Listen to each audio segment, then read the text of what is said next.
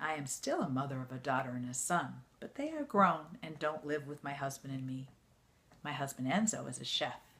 He spends most of his time giving cooking classes, working in his butcher shop, and writing food reviews for magazines and newspapers.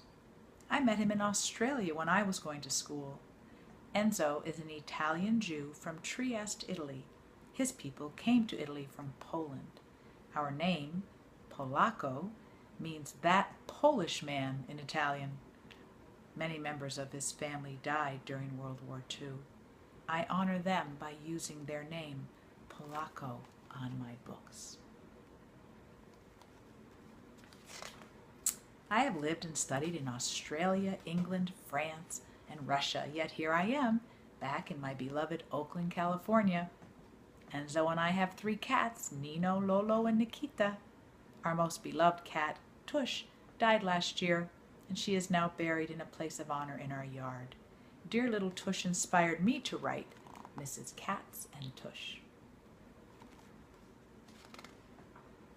We live in a very old, brown shingle house right in the center of town, in the Rock Ridge district of Oakland.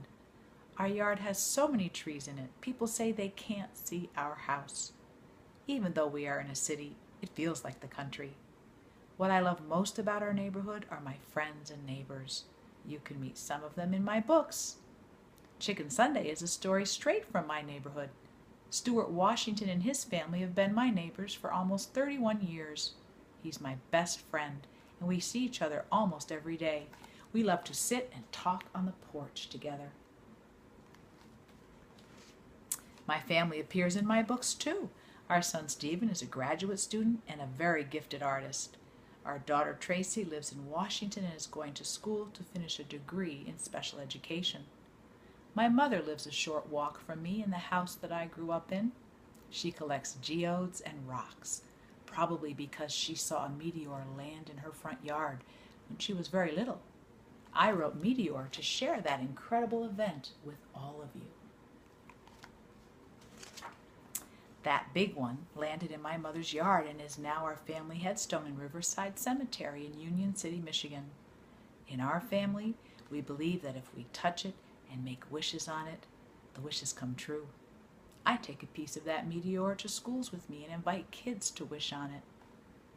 I see my mother almost every day. She was a classroom teacher for 38 years. She loves cats too. Her cat, Miss Chiff, loves being naughty and getting into just about everything. I am lucky, so very lucky. I love my life. Can you imagine doing what you love every day? When I'm working on a book, I work every day until it's finished.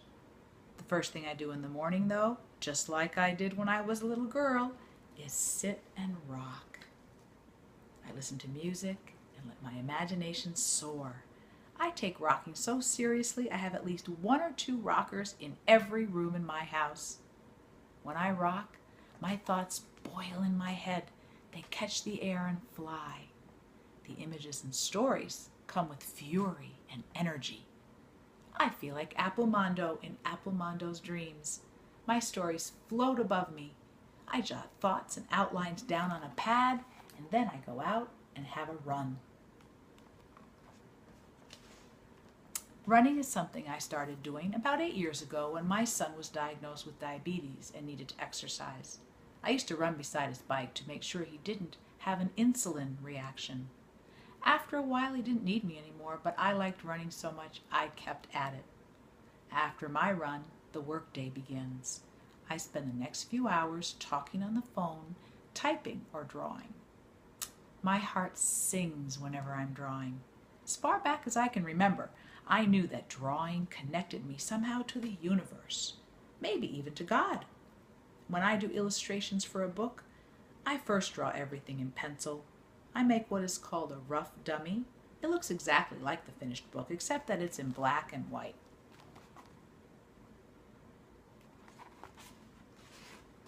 I use those drawings to make the color finishes. I draw the layout in pencil and then lay in the color with markers, acrylic paint, oil paint, pastels, and inks.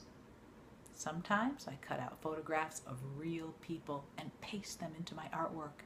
I can't tell you how many times I've made my family, my friends, and even my neighbors stop what they're doing to pose for me.